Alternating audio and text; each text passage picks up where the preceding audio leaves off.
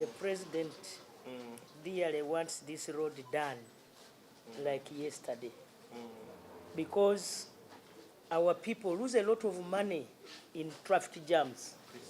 It is going to decongest the other part of Kampala. That's why, though we are not yet done, you can see the traffic on this small road. The traffic alone shows you how our people need this road. And so the earlier we solve the bottlenecks on it, the better for the country. I will send the IGG to investigate, or even, because this is criminal, negligence of duty, abuse of office, including the Directorate of Criminal Investigation. Why? Because if they knew the road was coming, why put that big pipe? And if the ministry did not, we did not communicate among ourselves, where is the problem? Somebody must answer. And these days, the president, you know what he did to Kampala Capital City Authority. Even you people who are handling some of these things. I was about to say, Vanangi, can I request the president to again include the army in these compensational things? Because you people are behaving like you are not Ugandans. The road that could have costed Ugandans very little money, the value goes up. Why? Compensation. Why? Compensation. And so, Juliet, you need to, I used to know you as somebody smart and a nationalist.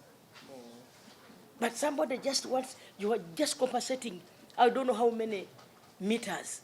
And somebody asks for 2.5 billion.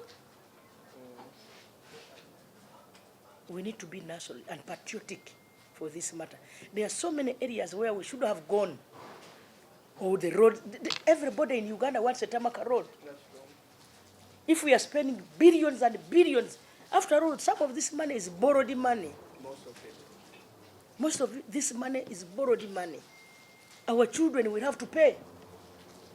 Though they are concessional loans, but remember, our children will pay. Your country will pay. Why donate? Why make the project, exorbitant? So for me, one thing I want to tell you, at least I know SICO, they did us a good job in the Massacres roads. I want to appreciate them. I want to say it is on our side that we have not done what they expected. Maybe they would have completed this project long ago. So, as Office of the Prime Minister and the lead of government business and the coordinator of government, I'm going to put an effort to even involve the president so that the money for compensation is availed by Minister of Finance. But I want value for money. Juliet, value for money. I repeat. In our area, I remember Mzee Yombo was paid 80 million. He also had a petrol station. 80 million. Mzee Yombo in Narweyo. 80. He also had to relocate his petrol station. Why pay exorbitantly here? Okay, the value of land in Kampala is a bit higher. But shouldn't it go beyond the exorbitant like that? Please, don't inflate the values of our nani.